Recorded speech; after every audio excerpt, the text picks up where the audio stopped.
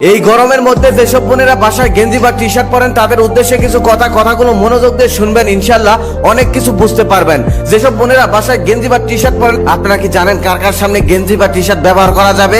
অনেকেই হয়তো বলবে মারামদের সামনে ব্যবহার করা জায়েজ আছে, কিন্তু আপনার ধারণা সম্পূর্ণ ভুল। কারণ যে আপনার বাবা হয়, যে আপনার ভাই লাগে, সেই সম্পর্কের আগেও তাদের আরো একটি সম্পর্ক আছে, তারা হলো পুরুষ।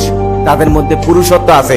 আপনি যখন গেঞ্জি বা টি শার্ট পরে তাদের সামনে হাঁটাচলা করবেন, ঘোরাঘুরি করবেন, তখন তাদের মানসিক চিন্তা ভাবনায় পরিবর্তন আসতে পারে। তখন তারা খারাপ রাস্তায় পা দিতে পারে। কারণ মানুষটি সবসময় শয়তান ধোঁকা দিতে থাকে, তাই তারা শয়তানের ফাঁদে পা দিয়ে ফেলতে পারে, অবৈধ কাজে লিপ্ত হতে পারে। আপনার সাথে না করলেও অন্য কাউকে সুযোগ পেলেই ধরে বসতে পারে। হাদিসে বলা আছে, কিয়ামতের আগে ভাই তার বোনের সঙ্গে, বাবা তার মেয়ের সঙ্গে, ছেলে তার মায়ের সঙ্গে জিনায় লিপ্ত হবে।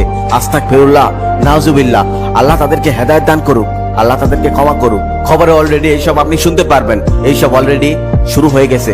এর কারণ কি জানেন? একমাত্র মেয়েদের বেপরদা। কিছু মেয়েরা তো এখনই রাস্তাঘাটে প্যান্ট টি শার্ট পরে ঘুরে বেড়ায়। ওইসব মেয়েদের তো লজ্জা শরম কিছুই নেই। তারা মুসলিম নাকি অন্য ধর্মের সেটাও বোঝা যায় না। আল্লাহ তাদেরকে হেদায়েত দান করুক, আল্লাহ তাদেরকে ক্ষমা করুক। এখানে কিছু বেপরদা মেয়েরা বক্তব্য রাখবে যে আমাদের দেশে তো 5 বছরের শিশু মেয়েকেও দর্শন করা হয়, বৃদ্ধকেও দর্শন করা হয়। তাদের উদ্দেশ্যে আমি একটা কথা বলবো। তাদের এই প্রশ্নের দাঁত ভাঙা জবাব দিতে আমি একটা কথা বলতে চাই। সেও অনেকদিন আগের কথা। আমার পাশের বাসার এক আন্টি একদিন বিরিয়ানি রান্না করছিলেন। তার বিরিয়ানির গন্ধে পুরো মহল্লা মৌ মৌ করছিল। সেদিন সেও আমাকে বিরিয়ানি দিল না। তারপর আমার বিরিয়ানি খেতে প্রচন্ড ইচ্ছে করলো গন্ধ শুকার কারণে। তারপর আমি বাজার থেকে বিরিয়ানির সকল জিনিসপত্র কিনে এনে বিরিয়ানি বানিয়ে খেলাম। আমি সেদিন কিন্তু বিরিয়ানি খেতাম না, একমাত্র সেই বিরিয়ানির গন্ধ পেলাম, তাই খেতে ইচ্ছে করলো, তাই খেয়েছিলাম। তেঁতুল দেখলে যেমন কিছু মেয়েদের জিভে পানি আসে, জিভ এক হাত হয়ে যায়, ঠিক তেমনই কিছু পুরুষের বেপরদা মেয়েদেরকে দেখলে জিভ এক হাত হয়ে যায়, বুক করতে মন চায়। লোকালয়ের মধ্যে তখন তাকে হয়তো ধরতে পায় না, তারপর আড়ালে গিয়ে যাকে পায় তাকেই ধরে বসে।